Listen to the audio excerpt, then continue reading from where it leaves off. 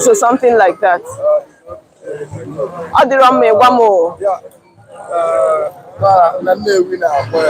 Okay. Okay. Which generally known as New Yam Festival. Oh, okay. Okay. And it's our culture. Okay. And we are living it. Okay. Ndị be anyị ekene m ụnụ mma mmanụ Igbo niile mma mmanụ. Enwere mmemme anyị nọ n'ụbọchị taa. Ịnegharị anya ị ga-afụ ka o si ada na Nnewi ka anyị nọ n'ụbọchị taa. Mmemme a bụ mmemme Afia Olu ndị Nnewi. Ihe a bụ omenala ndị Nnewi eji eri ji ọhụụ. Nke a bụ asụgharịa ya ma atụgharịa ya n'asụsụ oyibo ọ bụrụ nke a na-akpọ New Yam Festival. So ndị be anyị na-ene anya ka unu fụ ihe anyị wetara unu n'ụbọchị taa mma mmanụ. Okay.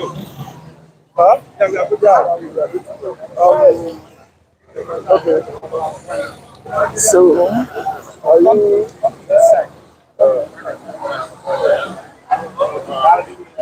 so your eyes here. okay. Igbo niile anyị na-ekene unu n'ụbọchị taa. Taa anyị na-achịkọba mmemme a na-akpọ mmemme Afia Olu. Afia Olu a bụ mmemme ndị Nnewi na-eme iji wee gosipụta obi aṅụrị ha na-eri ji ọhụụ. Atụgharịa ya na oyibo a na-akpọ ya New Yam Festival. So ndị be anyị na-eghali n'anya ka unu fụ ihe na-eme n'obodo Nnewi n'ụbọchị taa. Ebe anyị na ugbu a bụ ebe a na-akpọ Obi Nnewichi. Obi Nnewichi. Nnewichi bụ ngalaba nke dị na Nnewi North Local Government Area. So taa anyị nọ n'Obi nke Nnewichi. So wee na-enwe aṅụrị n'ụzọ pụrụ iche. Ịnegharị anya ị ga-afụ ụmụ okorobịa, ị ga-afụ ndị ntorobịa, ụmụ nwanyị, ụmụ nwoke, ndị nne, ndị nna, anyị zuru ezu.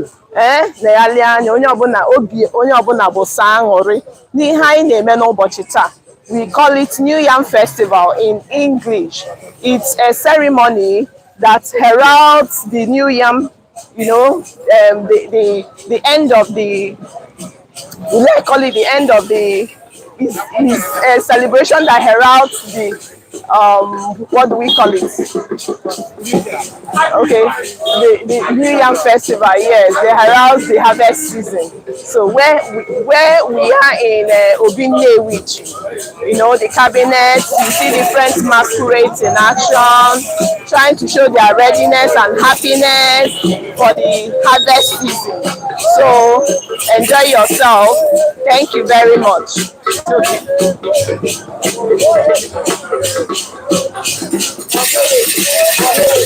So inanya na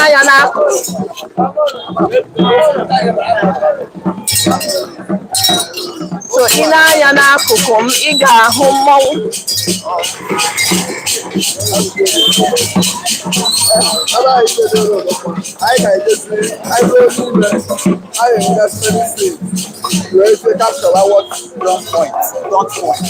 All right.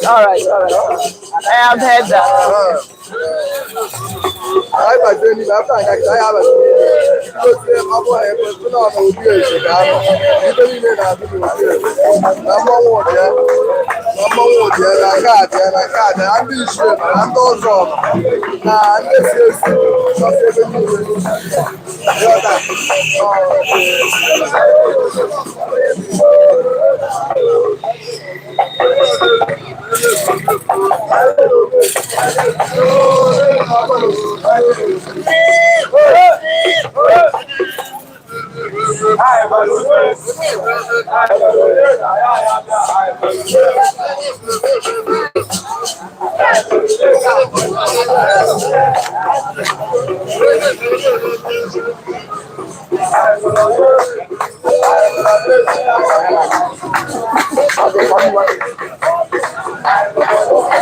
Unu masị unu amala ebe unu ya kọt na ebe unu ya ewepụ na ebe unu ya ajọ ya na-atọ.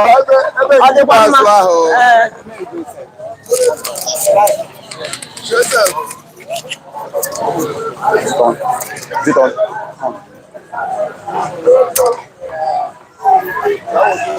Follow me. Okay.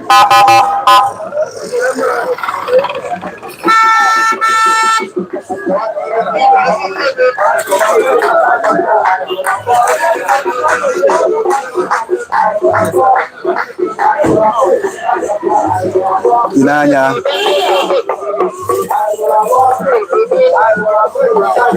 We are in the ancestral home of the Obi of Nnewi, the chief of Nnewi community. And if you look around, you see that many masquerades are on display. Inanya gafuna among the chiefs and Aba. Mande nuku mande obere.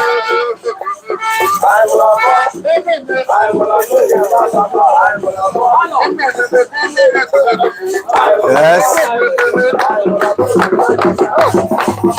Now many masquerades are on display.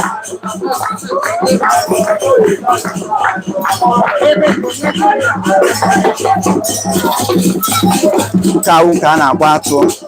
The traditional masquerade.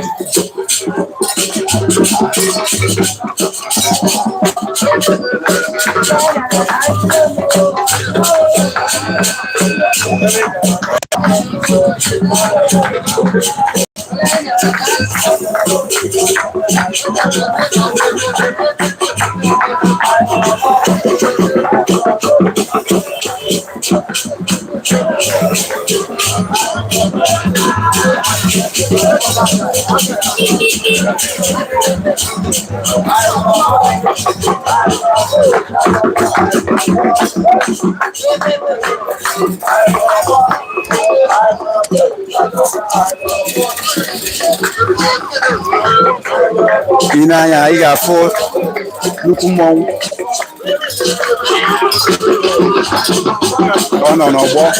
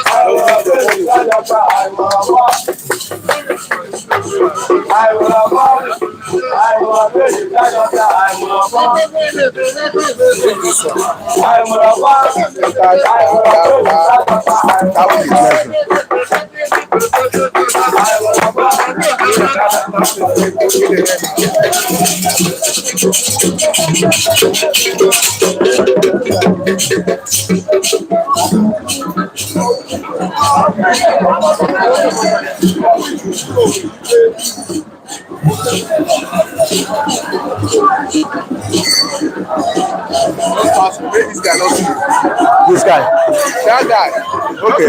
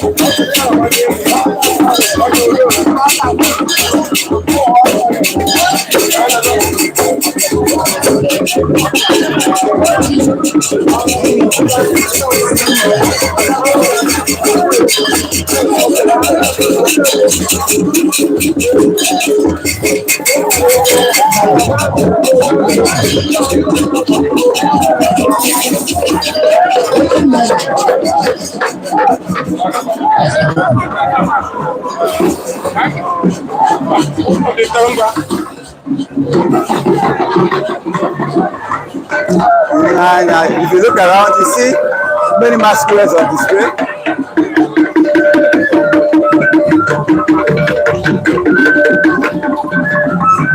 There are are a lot of masquerades on display. This is one of the most fearful Igbo masquerades.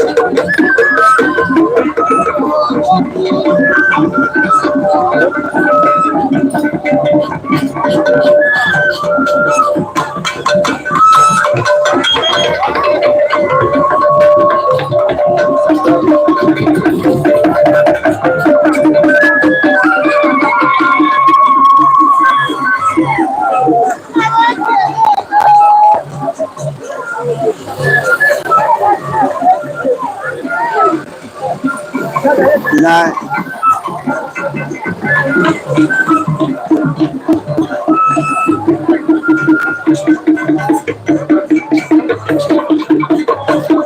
if you look around, you see thousands of masquerades on display, each symbolizing a specific deity in the Igbo language.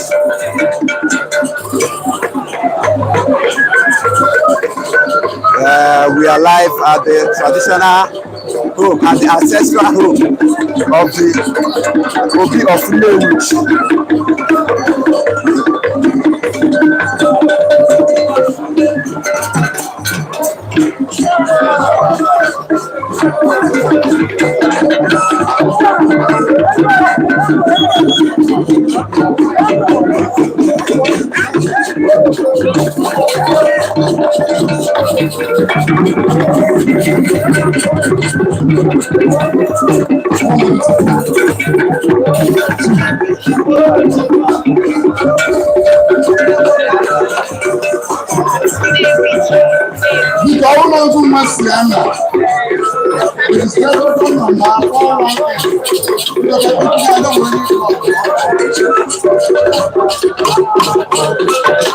Truly, Nnewi is a land filled with varieties of tradition.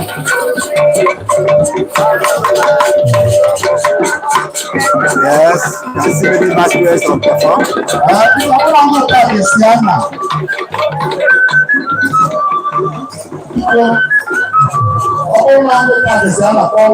Seated here are the traditional rulers, Ndị Eze, Ndị Obi, Ndị Siobi, and Ndị Nze of Nnewi community, and representative of the four arms of Nnewi.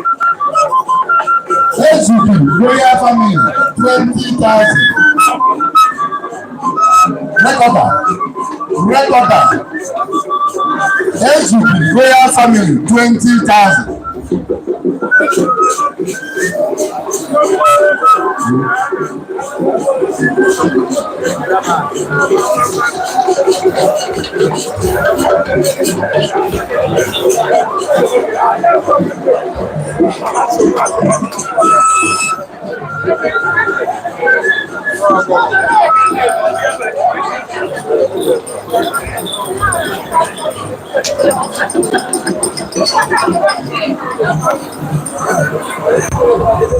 You can see different dance group about to perform.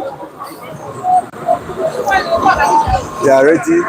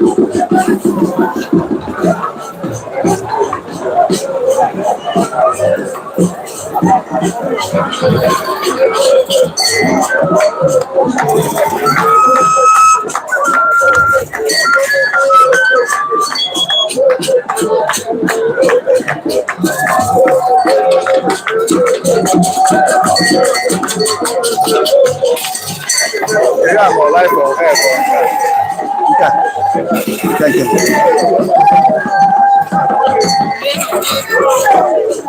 Okay, right? Yeah. You can see different masquerades on display. You can see different masquerades on display.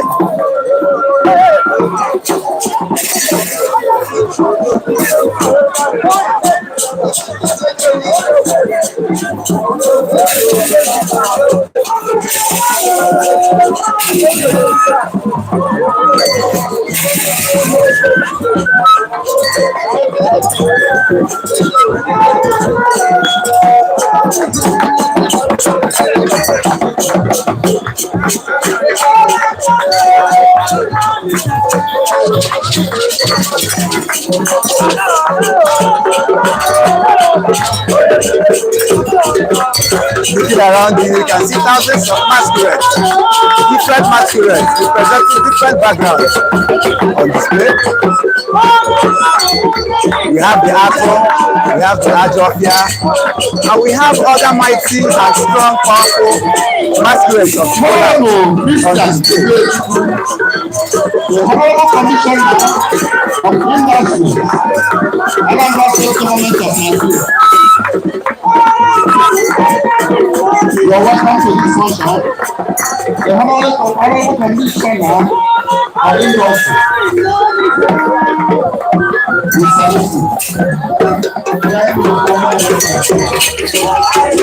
We welcome the arrival of the Honorable Commissioner.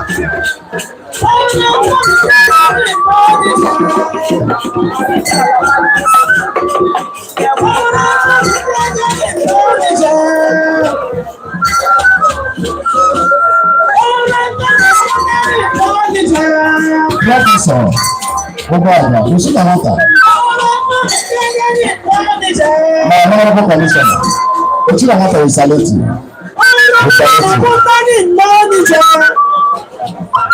Every photo, my own brother, we salute you.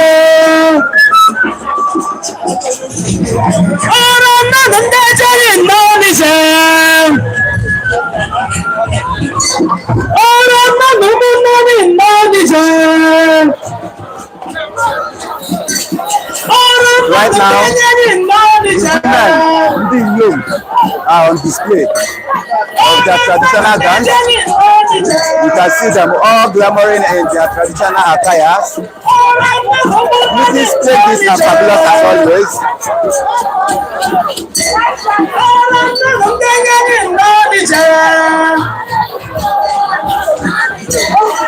It is indeed a thing of happiness for the indigenous and non-indigenous of Nnewi.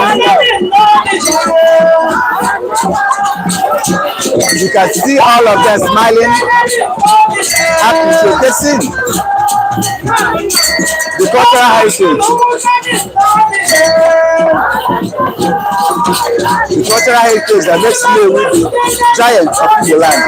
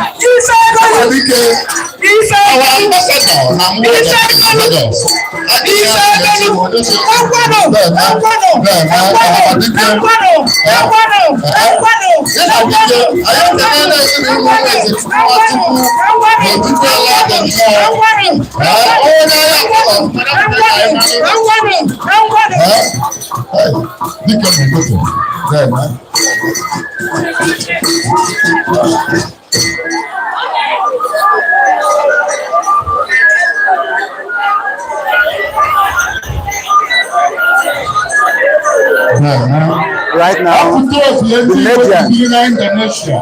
median of Nnewi community wants to perform. They are about to perform.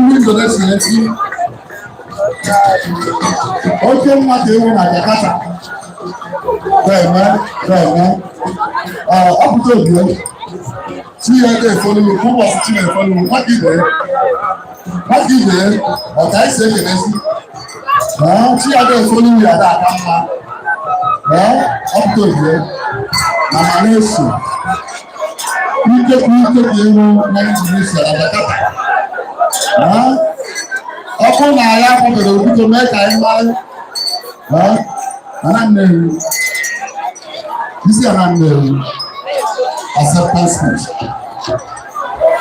Because Osuman dem work on our prince. Ike Chukwu, Okechukwu Aguncha. Also now the 50,000. When they were starting, they were to tell me. Prince Okechukwu Aguncha, 50,000 for record purposes.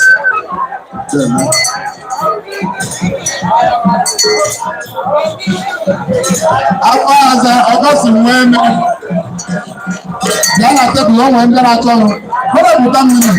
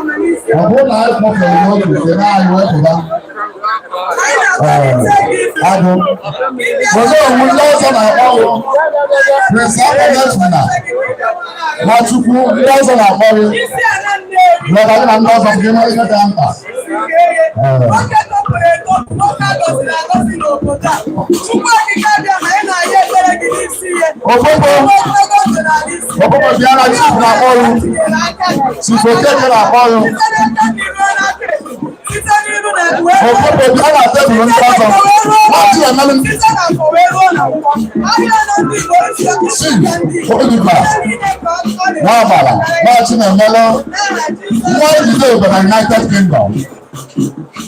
Oliver Nabana. What's the man of the Afana? People here to the line Afana.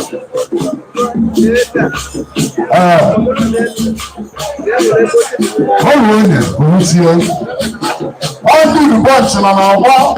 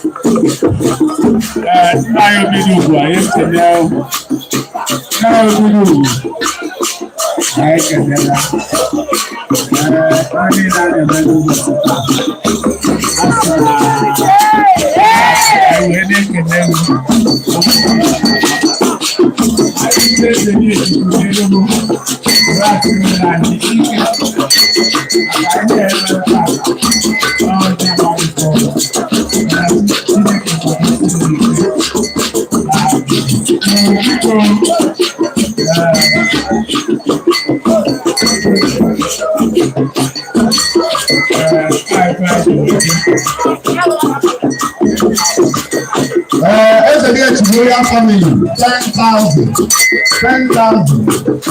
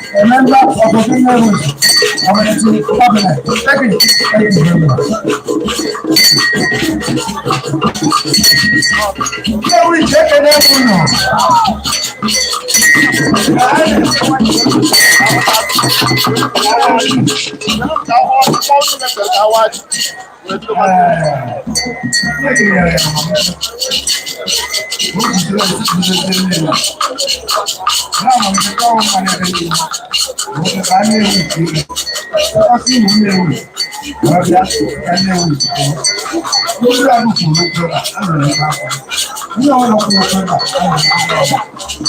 What are you doing? I told you. Yeah, okay. You don't come there, no. No boy, you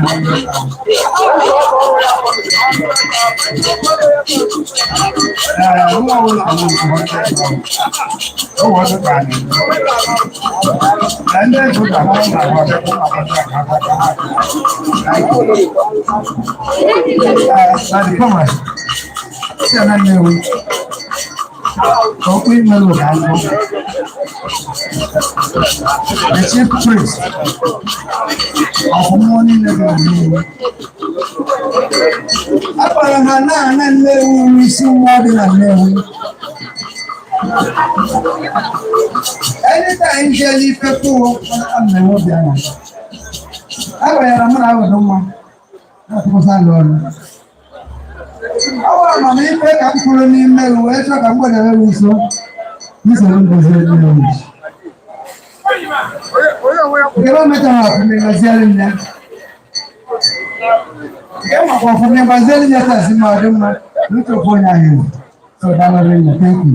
I am today, give me this certificate. Today, give me certificate. High priest, chief, priest, Joseph, or Udoya. Take it. Thank you. Thank you. Thank you.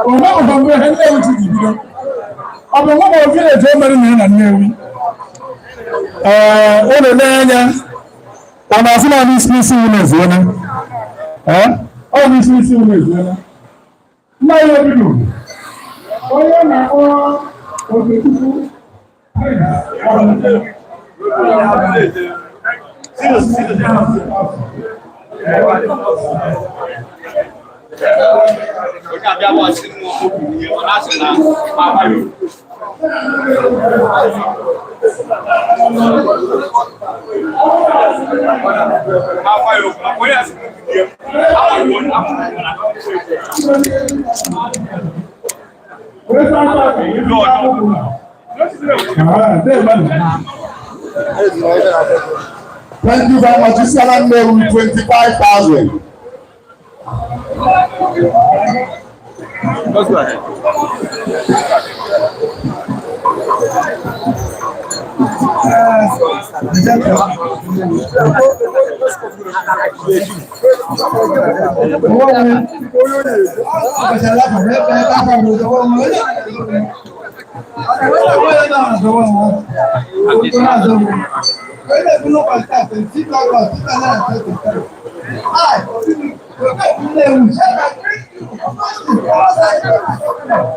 I can't feel as a member of my family. You are not a member of a female community family. You are not a member of the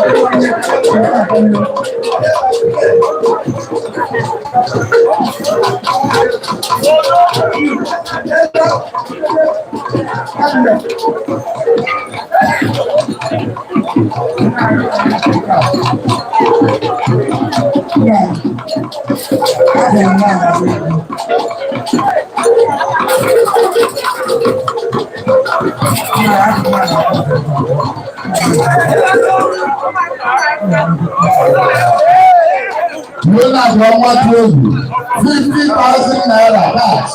Nígbà ìpò ọ̀hún Chukwu ká mmadụ bụ ike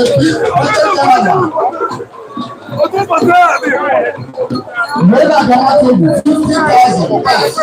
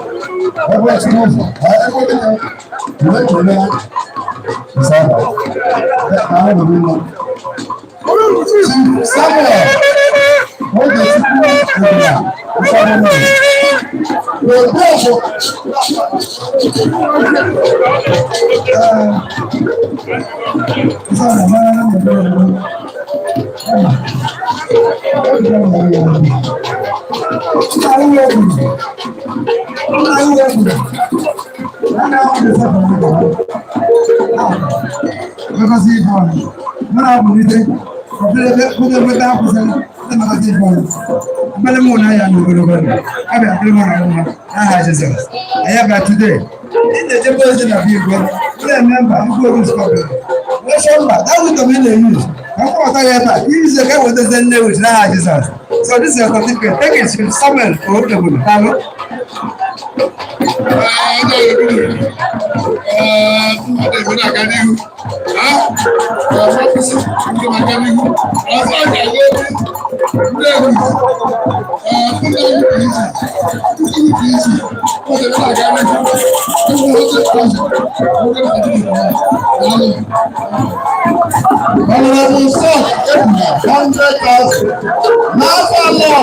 See, Anambra, 10,000 naira.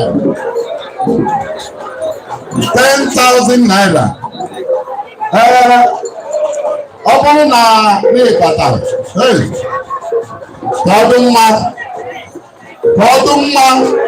The commander. Solution is here. This is the solution we are looking for. Become a voter.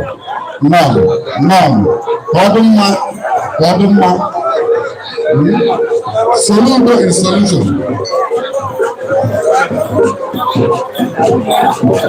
Give Olu family 10,000 cash.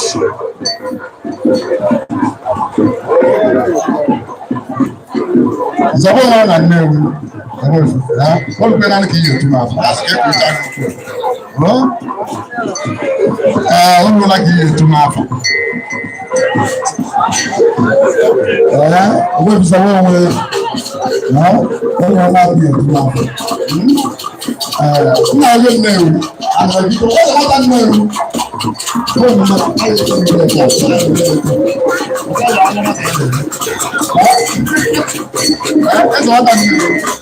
I was saying,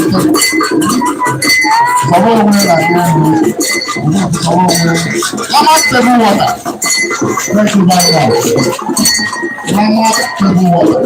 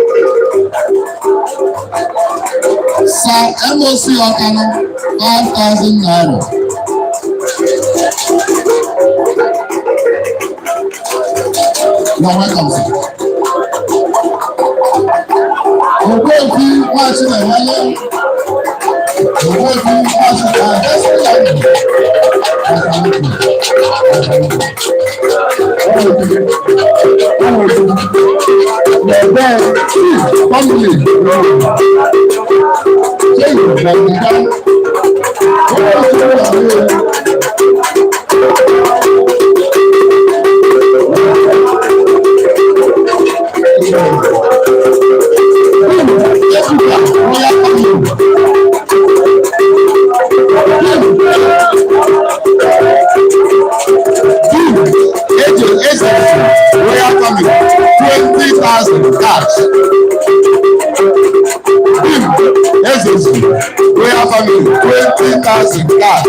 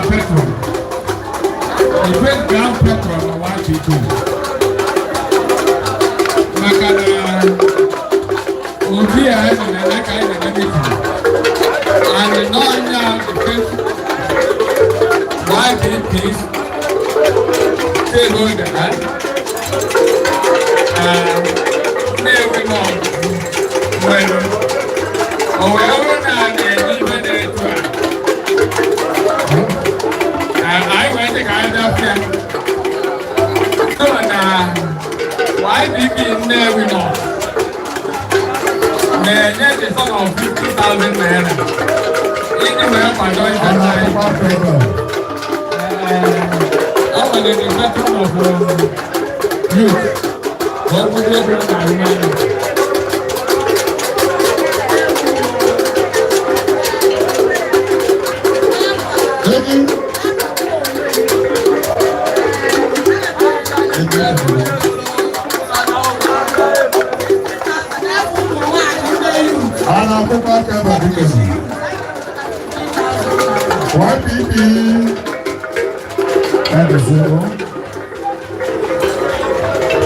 Our neighbor woman leader. My indomitable chairman of Great Party YPP, American woman leader, Great Party YPP, American. All we should do when I hear to seek it.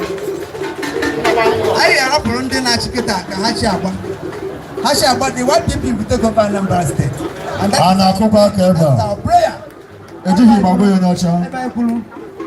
hear up on the Neba, hey, Mr. Hawk, Hashaba, and we will support them, continue to support the African government. Hashisha, as soon as the African government bring the government to an end, YPP will take over Anambra State.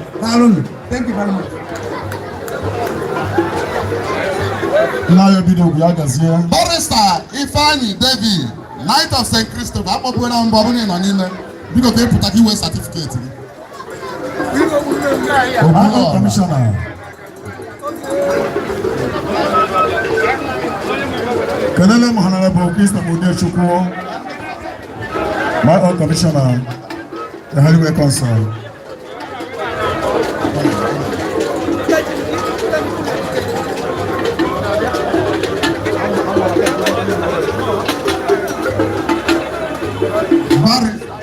Ifeanyi David.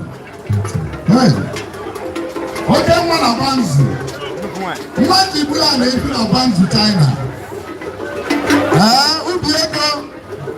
We salute you. It is in a day from one mother bata. What do you call our bata?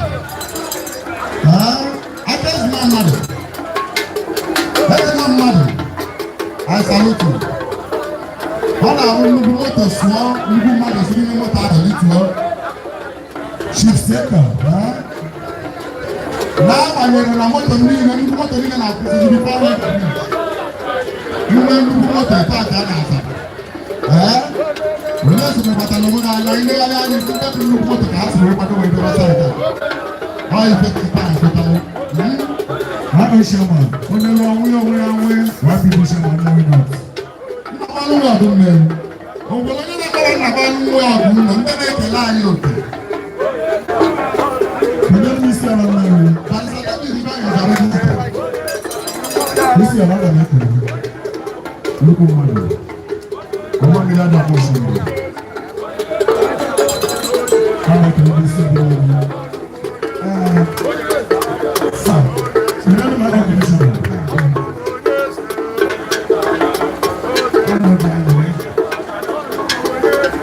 Now we come in.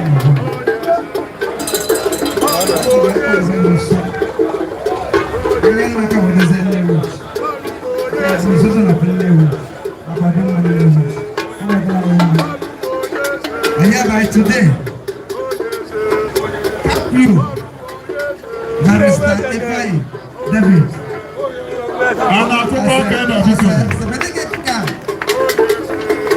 are becoming a member of Afia Olu Nnewi Community Cabinet. This is natural. So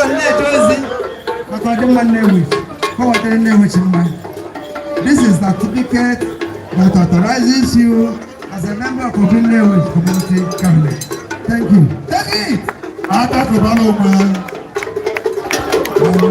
What do you say? Highness, I'm going to go back to our local way.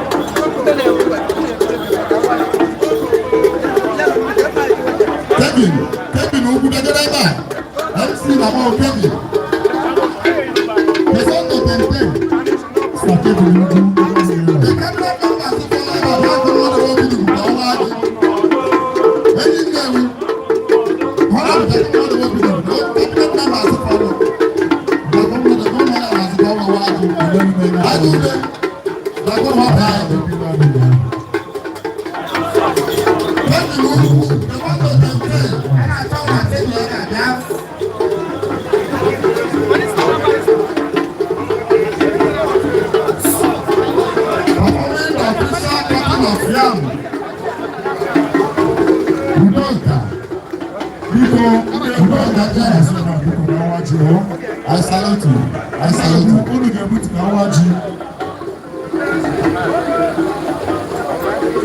Before us is an official ritual performing of cutting of yam.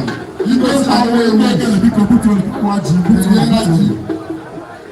Ndegene, ntiadukwa. Be computer on our charge na continue. Because every night was same. I'm obliged. When the morning about a chain, you know. How much are there?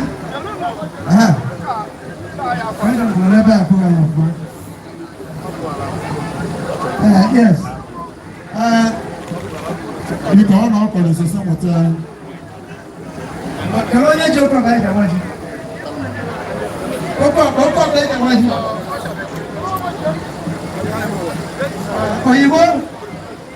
Oyibo?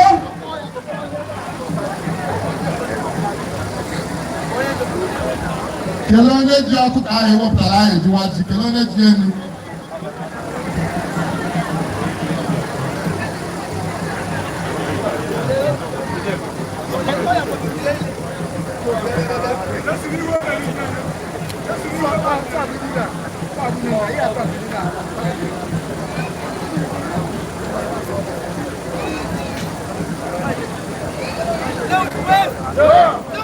Yeah.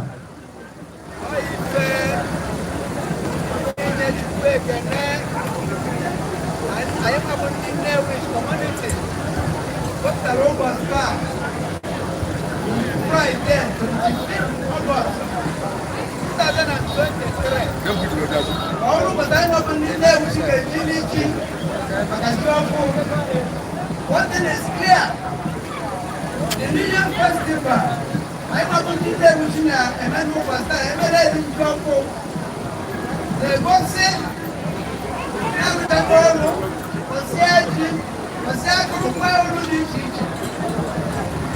are now ready to harvest our various crops in our various farms at our various locations.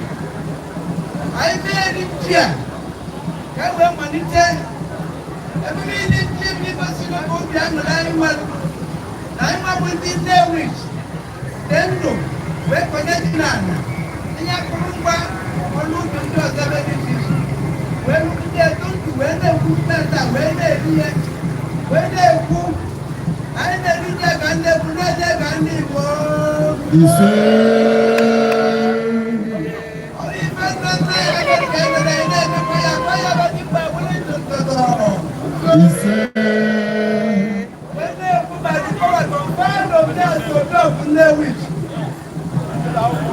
In conjunction with the others of our youth in the Nnewi community, together with members of our Nnewi community cabinet, and hereby today declare Naya Wajinapa Gana and Gobara Nakamoso. Amen.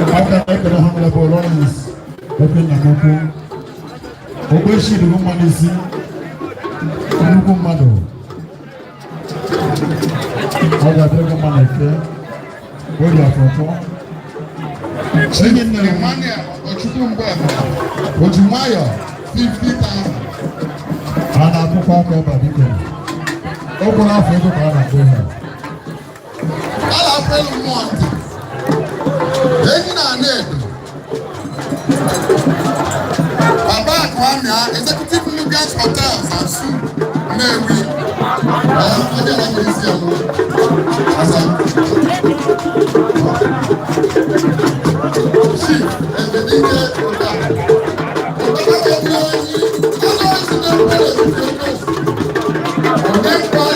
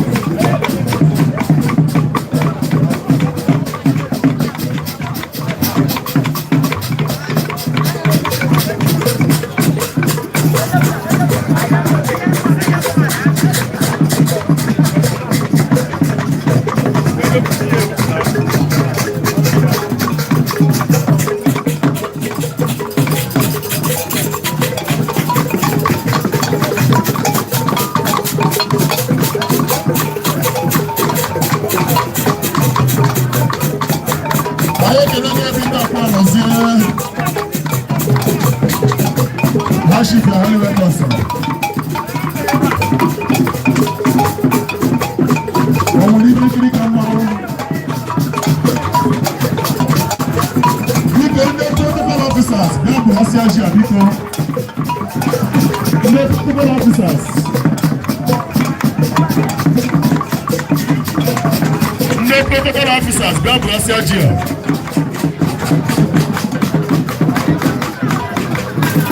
Biko shenu, oye pribe ya bata shenu nu. Atu biko buhu sienu, kana bata ndoso.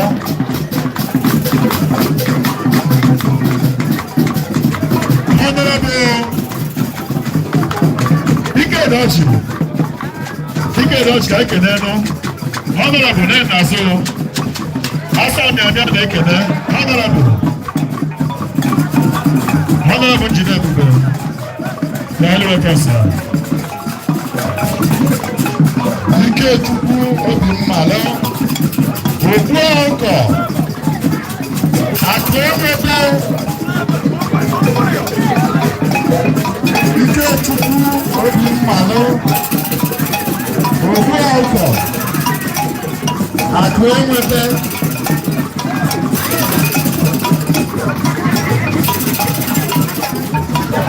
Honorable Ike Roji. Honorable Member, Anambra State House of Assembly. The Honorable Analyst.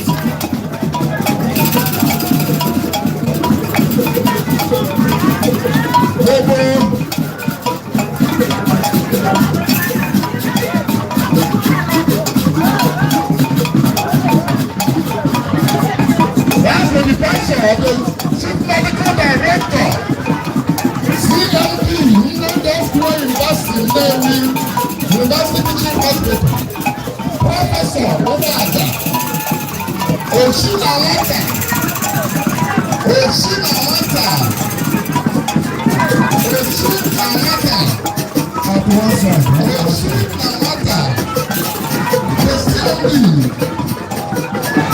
Teaching Hospital Nnewi,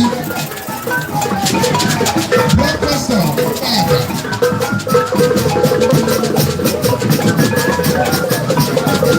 Oshinawata,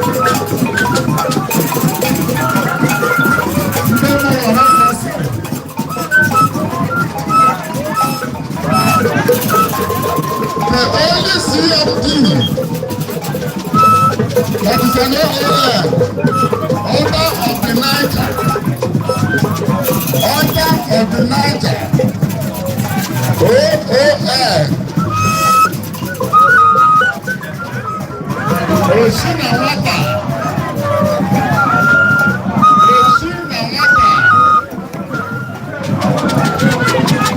Ebuka Ganabi, Otimbamba, Oshinawata, Olivekiri Kamawu, Ugebusu na nne, Ugebusu na chake, tupu na uweze nne na etugi hapa. Ugebusu na chake, Oshie dibia chụọ aja, ọ dịka onyere mmụọ n'aka ọ nara. Kelee ugbo Oshinawata. Kelee ugbo Oshinawata. Oshinawata.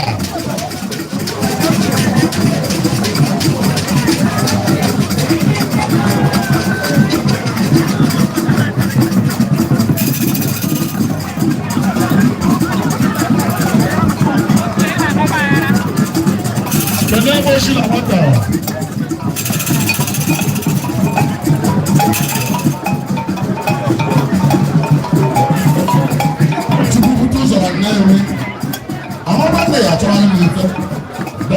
Ẹbí sinna wọ́n fi olóyún ní àtọ̀wọ́ kọ́ ọ̀dà. Bẹ́ẹ̀ ó sọ ní mú odògún, mú nà ya fún ọ́ nìta. Ní màá nílò ìwé tìrasìlà náà ká. Ẹ sọ wọ́n ta ní ewu. Bẹ́ẹ̀ àwọn ọ̀dọ́ shoes, ẹ̀yìn nà ní ewu. Ìta àtàyà. Ṣé kàdé ló ṣe é nìyà? Ẹ̀rù látàrí nà pálọ̀ wọn ayọ̀ ọ̀lú. Oshinawata ọkọ̀ náà sọ pàtà. O nwere ATM nke aja ịzụ ụtara ebe a. O nwere ihe dakasịrị ndị mmadụ na ATM kaadị na ibe ndị ọzọ ịzụ ụtara. Ọ nwere ndị na-asa ọkọ nke ebe ka mmanụ. Ọ bụrụ na ọ dị ka ịzụ ụtara inye.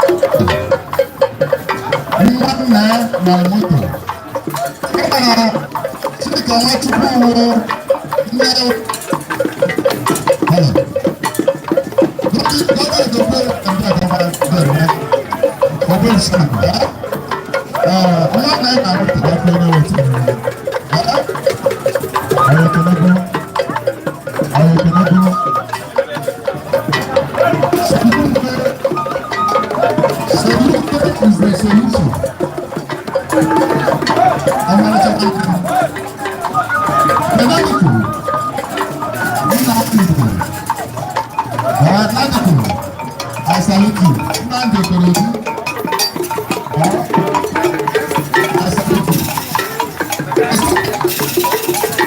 One of the trustees of the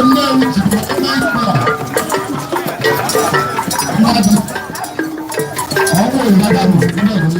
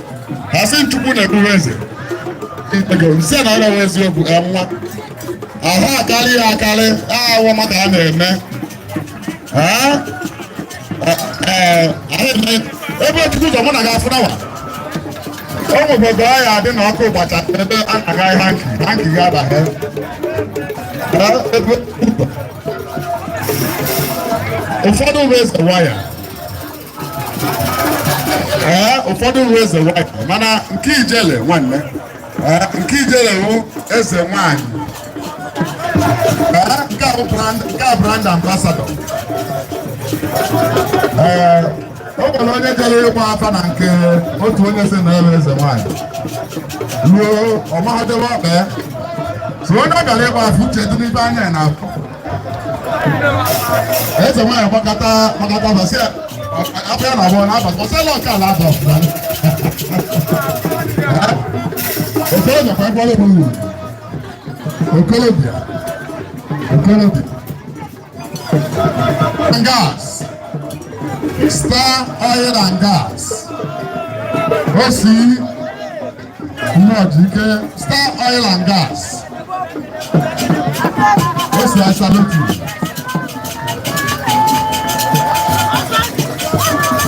ọba apụta onye ọzọ banye ka mmọnwụ ọzọ bata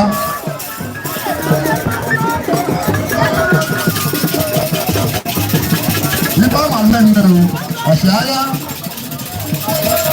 nleta na onwere ngwongwo atụ ụtala ebe a ndị ọrụ chịkọtara na ATM kaadị ọ bụrụ na nke gị na-efu ịbịa kọwaa ya ọfụma odo ahịa anya ka anyị nyekwa ya Chukwubutu ụzọra Nnewi Chief Honorable Fabian Mburu Member Obi Nnewi Cabinet Edward Eze Eji Muna ya fishbone wala ala. Eji balak. Eze eji na Nnewi. Eze eji Nnewi. Ije eze wa. Ya bakota. Eji balak. Eji balak.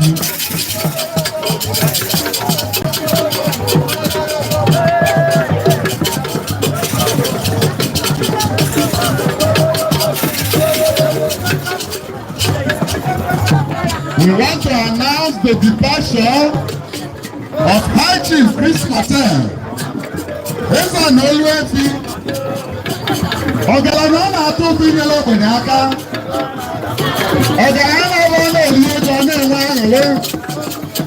You have touched so many lives, and we start today to appreciate you for the little or the much you have done.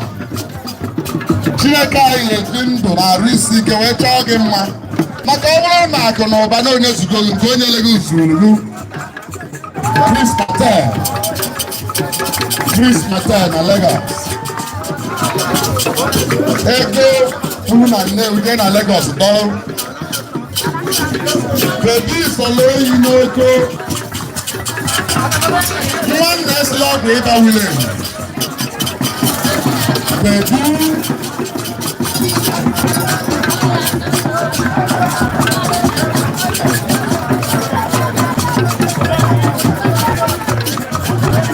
Ọ na-akpọtụ n'obi Nnewi iri ji na Afia Olu 2023 across the bar. Ọchịagha obodo ogbe ọkụkọ kedu ụmụ mama anyị mmewa n'eze mpụta ji ọgụ na land agent na hauling services. Nwa mmaị nwa mama m mpụta ji ọgụ mmụọ tikapụta n'ụzọ mpụta ji ọgụ ụbaghị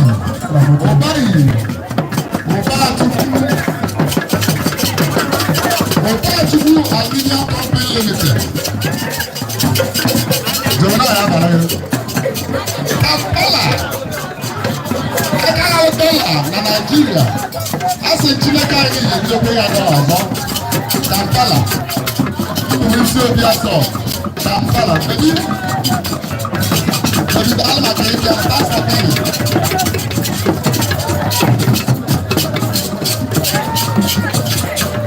Onwe efi na-achọ achọ, onwe ebe dọkịnarị gị ebe a bịa mee ka anyị malụ. O nwere ife ndị anyị tụ ụta gasịrị. Ọ ya abụọ bụ na nke gị kọwata nke gị ọfụma ka iwe ndị ahụ. Mmọnwụ onye bịara ebe a nwere ife a na-enye ndị na tebụl. Taa nna anyị nọsị ụmụ nwere nke obi. Flavor.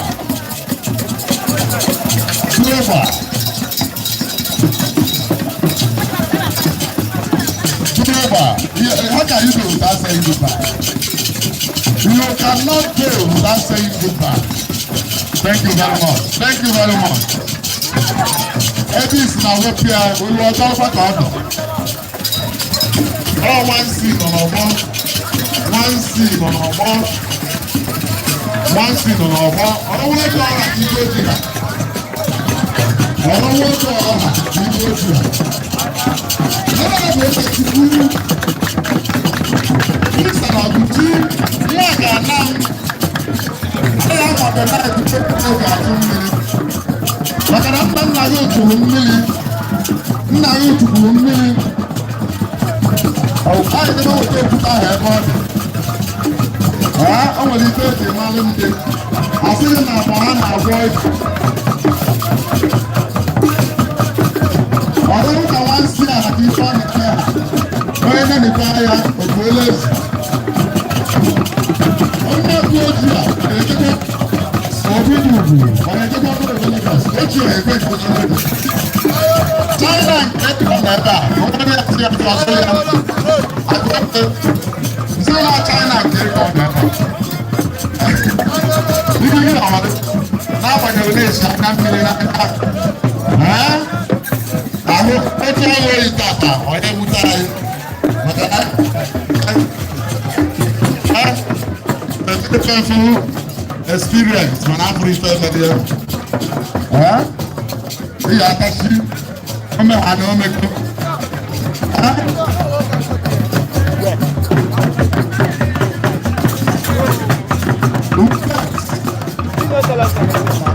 Ugochukwu Nnewi ya Ugo Best Nigeria olu onye eluchie ọgaranya na edu na mma I salute you nsogbu ndị Nnewi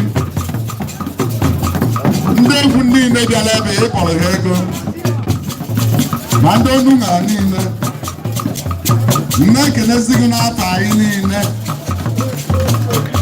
na nke imelụ taa dịkwa mma ebigo na na-ezeli chi gia na onwere ike gia debe eme na na-ezeli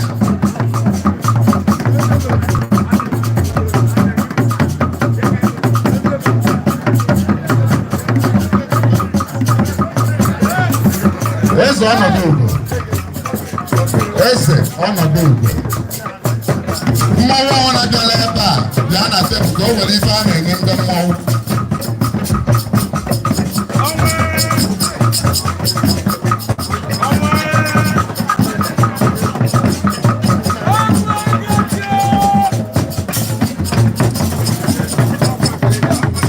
Chief Elder Louis Nwachukwu nna Elugo Nnewi agụ na-eche eze a national patron of Aneto International. Mmadụ achụkwu ibe ife niile na-ebe etucha na aba ọ na ife m na ozi iwu nwanne onwere oge m aha ọ bụghị ngụ ya akpọ oge anyị ha amụ ọmacha nwanne mmadụ chere m ife ndị ebe a etucha na aba nwanne dịka agha Ajoko, you don't get invitation. You get the amount of invitation. You need to know how you like. I know when Ajoko, you don't come and make what the high is for. The purpose. You want to go like that. You know, none and they will not coordinate. I can see that you actually are the purpose man. Since the ego Galano, like the Quadrant pass is on a shop on now. The purpose. I will buy another transfer. Oh, you want them. The purpose. One Jibula Jaggi. Well, I can now. I don't know. What can you see? What can you? What are you doing? There, man. I'm going to go down.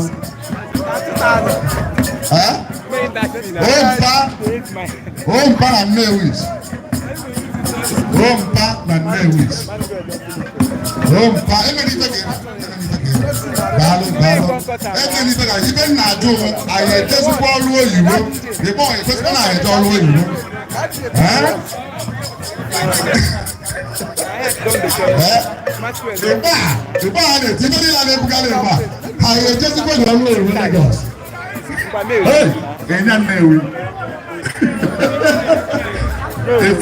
Okay. Hey, Epic Nnewi. Track up engineering. The president general of Afiaolu Epic Nnewi. Engineer Epic. What do you think? Epic Nnewi. PG Afiaolu Track Up Engineering Company Limited. Nnewi. Epic Nnewi. I salute you. Can we breathing space? Obodo money, the new arrival hotels and suites. Nandi Okumwa. Osigel Nkume. Nandi Igbo Sports Club. Afia money. Hey, purpose man. Then, that's not a shop. Okay, but can't pass in our since you got you, I go there. Chief, Ude. Since ego gbagelu, ndị niile na-atụ bajaji short down so popular. Ezudo na Nnewi. Ezudo jeduru naghị abụ ife mere ngozi. Chineke ife a na-akara mma. The vice chairman of Ezeopo family meeting, Lagos. Even when Ezeopo bata Lagos, when both are there, where Ezudo na phone. Elijah Onyamoma. Where Ezudo na phone. Ba away for what it is. So where is the Chief Augustine Omasanya. Elijah, I know what we do. In bata Lagos, or Ezudo na phone. The vice chairman of Ezeopo community, Lagos. A boy on our phone. Your problem will be a thing of the past.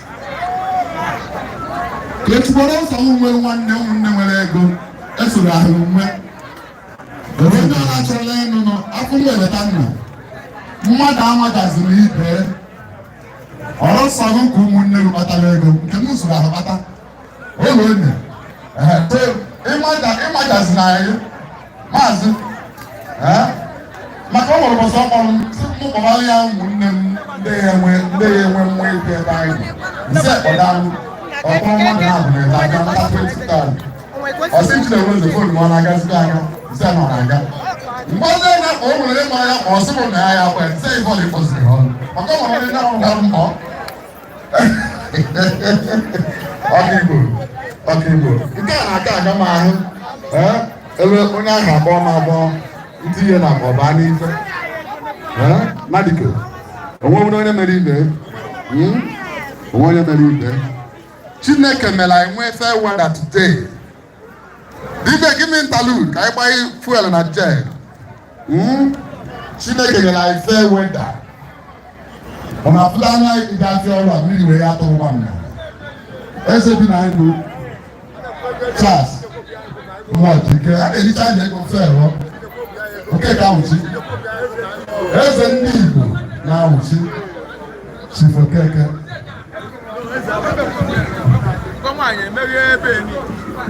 Bẹ́ẹ̀rù kánò lè fún òní èdìkà chukwu ogbu efi onye èdìkà chukwu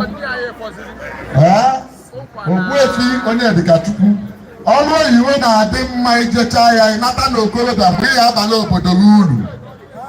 Ọrụ ndị asị na-anara otu opopo jekerelu m eze ndị Igbo na-ahụchi oturu m afa ọ dịka ị na-amaghịkwa aka na-ata opopo ndị Igbo opopo.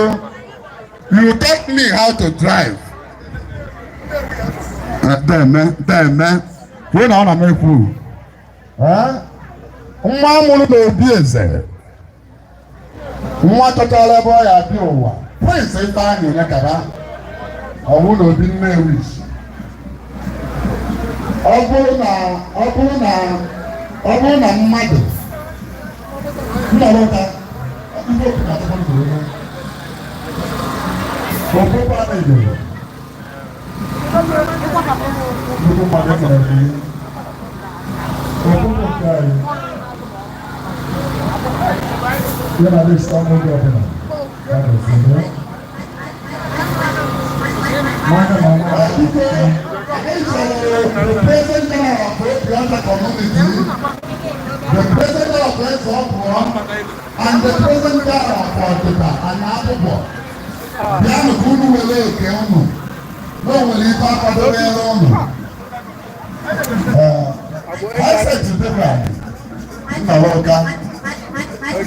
Onye ọbụla fụrụ ya afụ na onye ọbụla fụrụ ya afụ na obi efo amaka maka obi ruru ya na mgbe nwaanyị onye kacha ibe chi gị nyere gị ebe na-akpọrọ ya afọ ya manye n'obere oge ahụ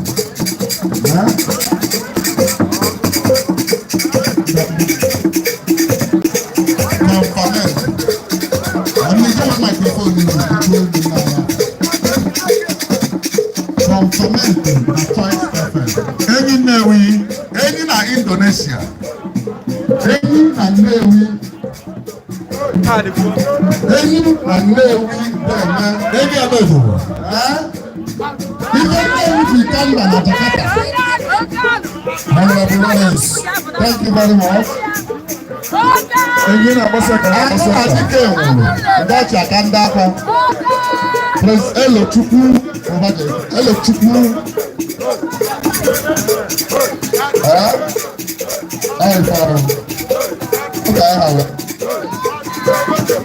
Engineer Pike, Offer for you. The match you are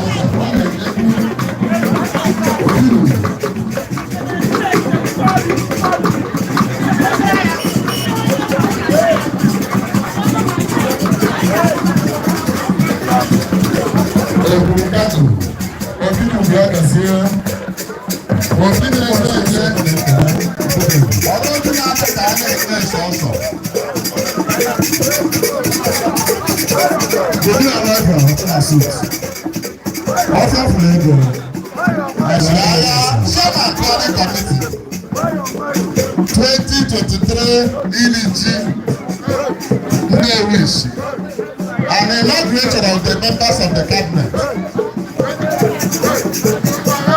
Imam Nnewi, Ọchịla ọbụla ya achịkwa ọzọ. Anyị na-ekele gentlemen of the press, media company niile bịara today, we appreciate you. Emir Media, Balance Renters, Parent Event,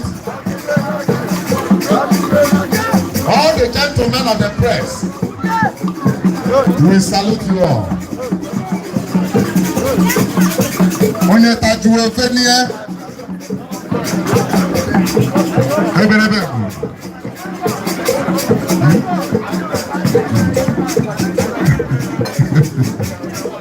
Sir, unfortunate.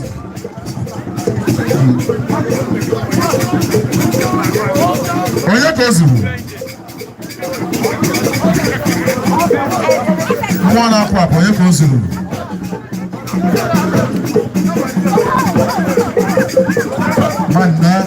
Manna, take him out. Tell me their companies. Okay, Adamazi television.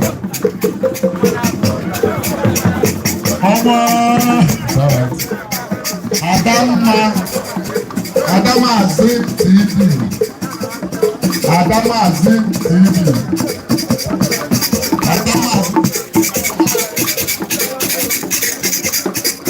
Adamazi TV.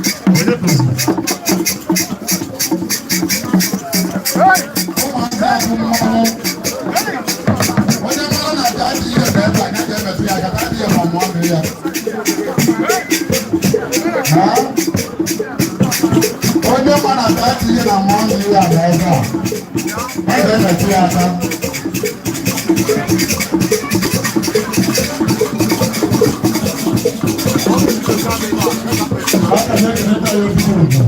Gentlemen of the press, after I'm out of recognizing you, please let me know.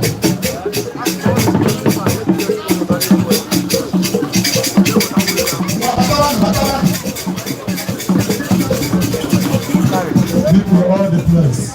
That's what men are doing. So we encourage you. I encourage you more one on you. Can I encourage them more?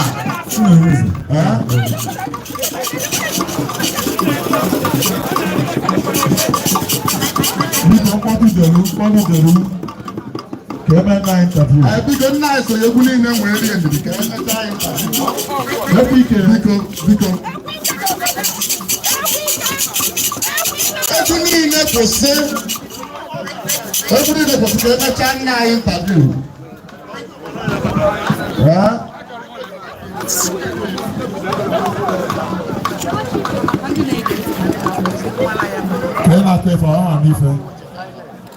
Obi George. I also know you.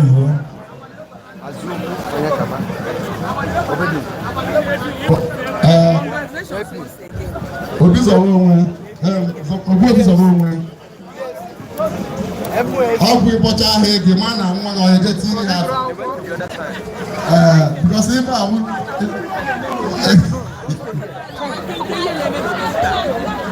Today for Friday, 25th August 2023. The people of Nnewi community are celebrating the Afiaolu Nnewi community 2023 together. Invited people from far and near Lagos, Port Harcourt, US, America, Angola. Come and stay with the Enugu, Port Harcourt, Aba, wherever the people of Nnewi stay. I've invited different people of Nnewi. The various areas of the south. So come and stay with me. Invited the local government, the authentic chairman of the ruling party in Anambra State, in a tweet.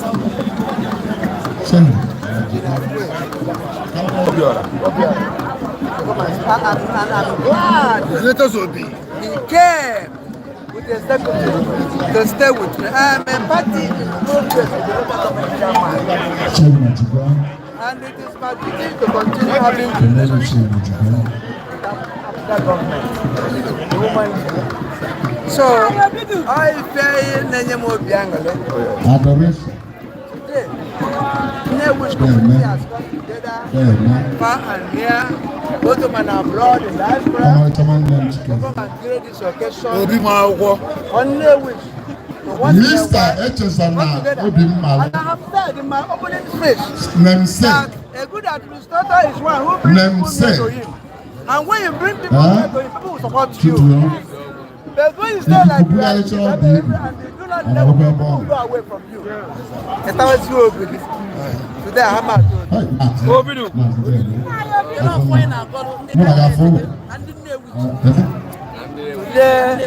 today's event, witness to ceremony. One, the EDG ceremony. Two, the inauguration of Nnewi's community cabinet. Mark what I said. Nnewi's community cabinet. If people are supposed to be assisting Obi, because the job in the palace are too many, that one person cannot do it alone. For that reason, I have to appoint a number of people to be assisting me in the administration of Nnewi's community and in the settlement of the dispute in Nnewi, as well as the development of Nnewi's palace, so that Nnewi's palace will take a modern outlook and become the best to be in Nnewi urban communities. Thank you, sir.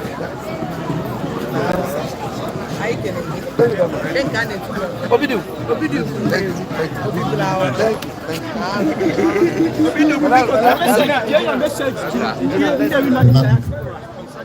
Why for the parent never didn't know which didn't and didn't know no, commanding of the world, Mamota Moke.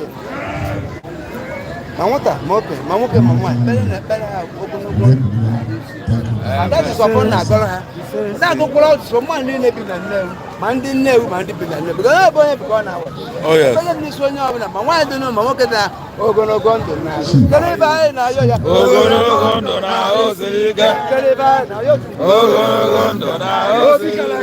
Local government chairman.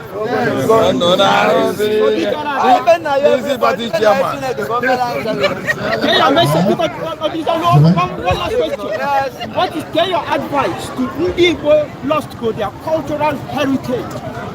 not just in Igbo, but in Africa, there are some communities that have lost. Let us progress and set it back. That's all. Thank you so much.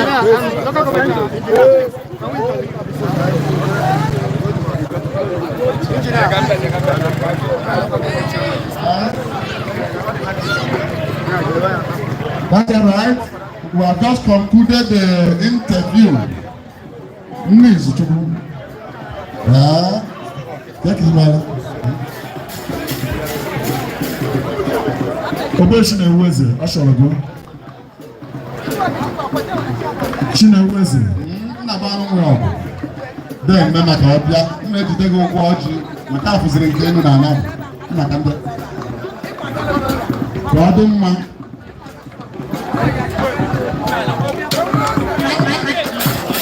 Obidu wa ye kele o. Nnewi ti lo. Obidu wa ye kele o.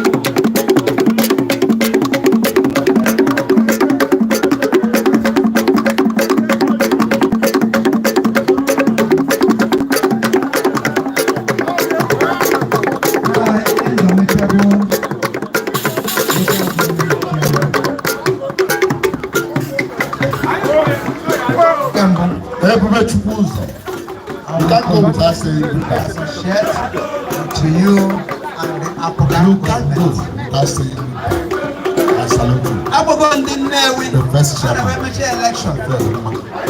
Oh. That in March, the winning party that produced the governor of Anambra State. All of us will drop what we have and they join hands to thank him, to continue to rejoice and work together with the present Apocalypse government. So, my indomitable local government chairman, I'm happy to have received you and members of your entourage and the party chairman. We will continue to support Africa government. We will continue to support the present government of Soludo. Because now in our support here, and we can never effect. Because now in Okuneze, now going to be the bank road and other projects. I will continue to support Africa government. I will tell the Africa government. I am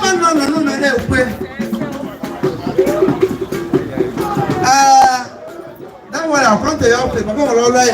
I've seen that something is missing in the custom. So I'll come to your local government. Can I discuss? How now? After the judge of Nnewi custom, and we can modernize the custom of Nnewi. What we are using now is antiquated custom that has gone out of time. We need to modify some of this custom, and somebody has to head the unit that will do it. I will support this government. We can live our nation. Government again here. We will continue to be royals to African government. I've said it loud and clear. Wherever we go. The government, Africa. The government Apuga. I guess you are not the one I have the power.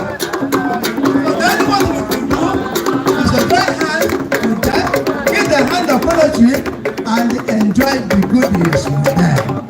That was saying.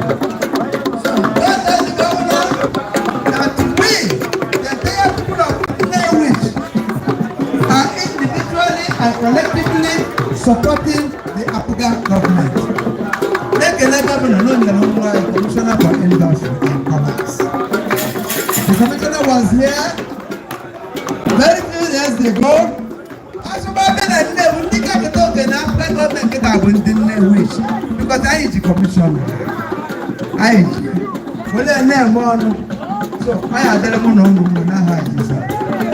Chairman, I'm very happy. Thank you that you came. So, no problem.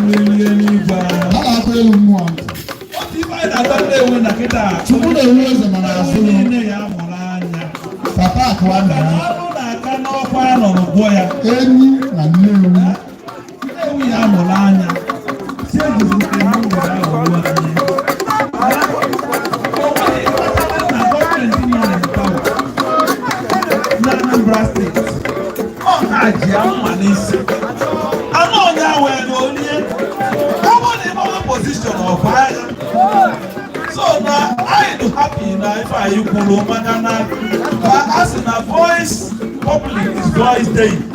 One more. Who will be number one and the witch? Okay, we are heading way back. Okay. I don't see a governor. Not the witch. Now support Abuja, and I believe so. And I can today we Muraya in this direction. I support Abuja. I support Abuja. And then what I do is not now go.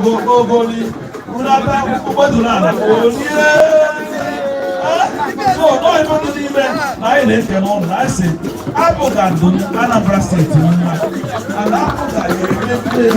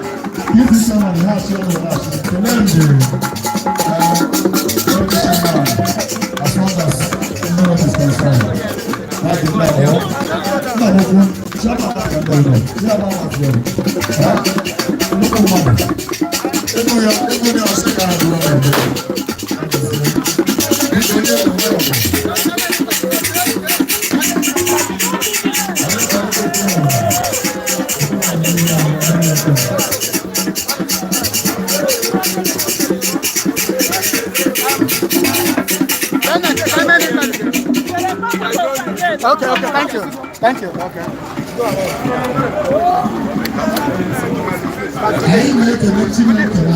I ain't connected, sir. You can wait for that on you.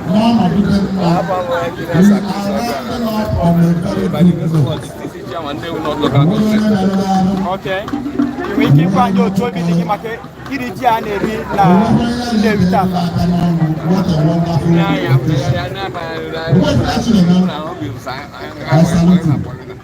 That's what happened. One of our beach. Okay. Share your message. Nnewi no number DJ. Share your message. Nnewi no number DJ. Now watch Emuma name today.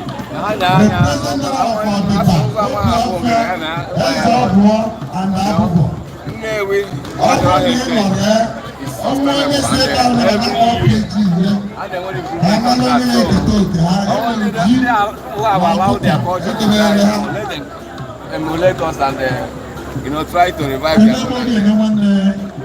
it's part of us and it's going to be part of us. So I'm talking about culture. What is culture to you? Culture? Yes. A way of thinking and way of living of those people. That's the culture. It's been a very wonderful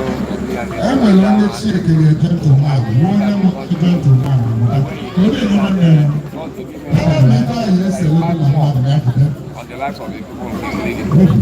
Thank you very much for your time, sir. Engineer. Yes, sir. Also, local government chairman.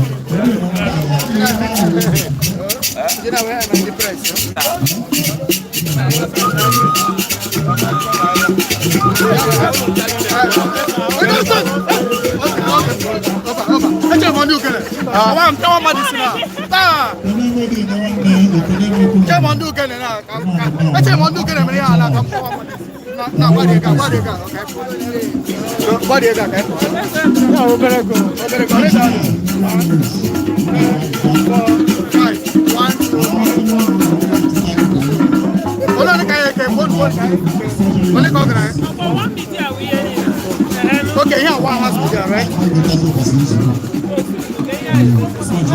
Okay, just near you two. That's it. Yeah. Thank you.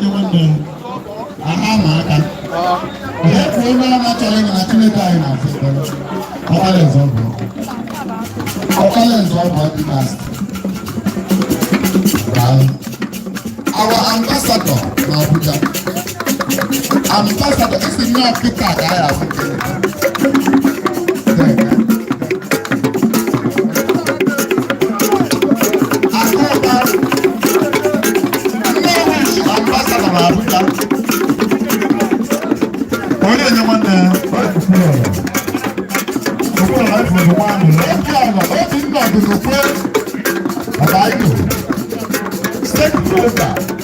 My wife DP Nnewi to my wife.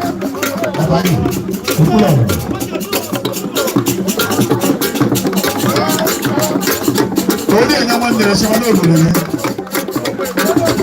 Ko ma sina melu. Na ndewo. Ile na odo na Afia Olu.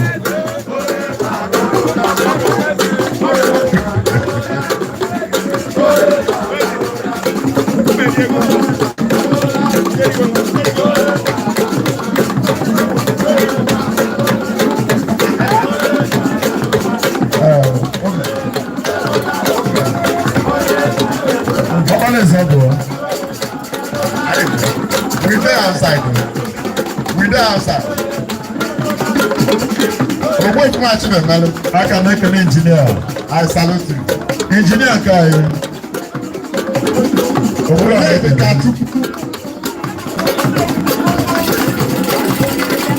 Engineer. Le tapo no nwere ibe dafu na achara ndị mmadụ anyị tụta. Ya bara ya bịa. Ọ bụrụ na nwere ibe na achọ achọ. Ya mee ka anyị mara na ọdịna nke anyị tụta. Ịkọmata ya ọfụma ka ị nwere ukwe.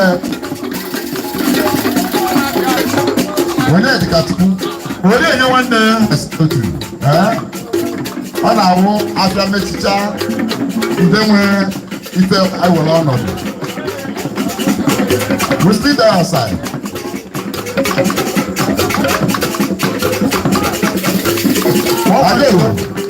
What is that? DJ Mami. DJ Mami. Ọnụ gara gị nkụta. Onwere onye ụta dị. Tupu ị na ọgbọ maka na ọzọ, ị na-eme mkpata ọgbọ ahụ, ọjọọ na-ekpọpụta ọzọ. Nyotanna nke ọ na-adị, Nyotanna ndokwe Nwachukwu. Confiance Benin change Lagos. Confiance. I salute you. I salute you. Amen. To God be the glory. Chukwu ka anyị adị ekele. Ọkala ọzọ bụ ọkala nna ya bụ aka m ekele. Ọkala ọzọ bụ okwe fọshi na-emere Yes, Alphonsus.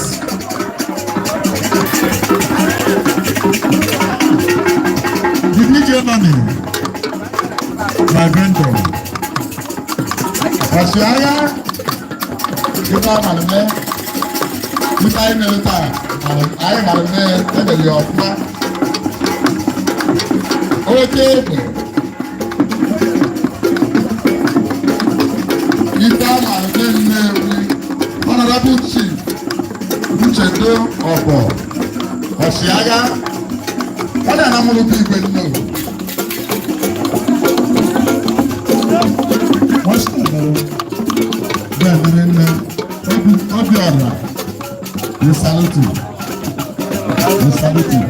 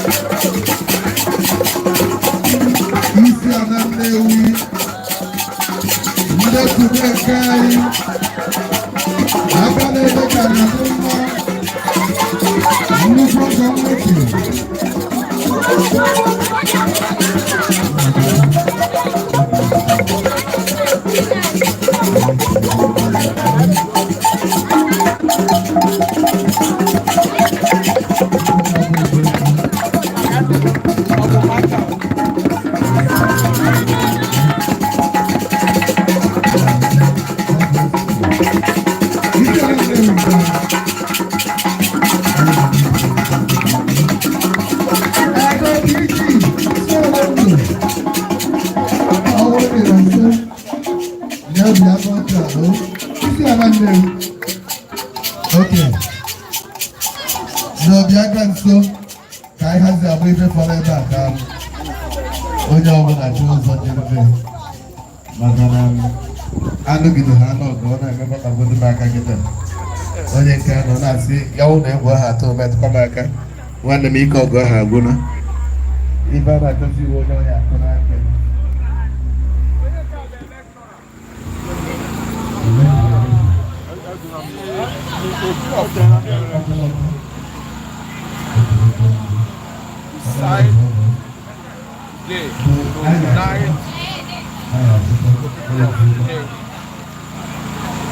by celebrating the cabinet so that they will help him in doing some certain jobs in the village.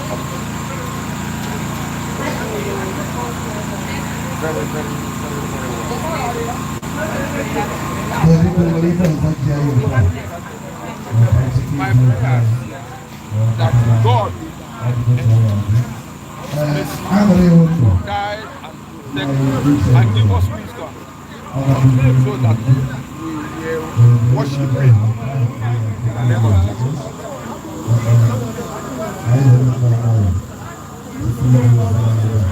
On this night, which alive, I'm not like an abusive.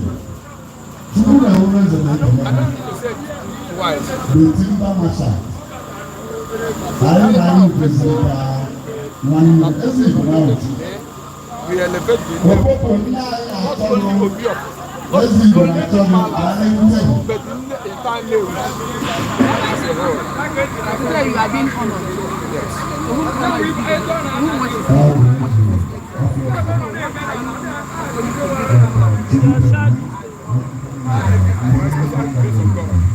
I think I have do a lot, and I will continue to be doing. I'm sure that why the people of Nnewi and Kogi of Nnewi choose me to be the chairman of the organizing committee. He knows a lot about that I will perform, and by the grace of God, I will try and perform. will be doing it. What is your chieftaincy title? Ochiaga Nnewi. Thank you. and President General who will be in community. Contact with the cycle. Comfort with the cycle. With God.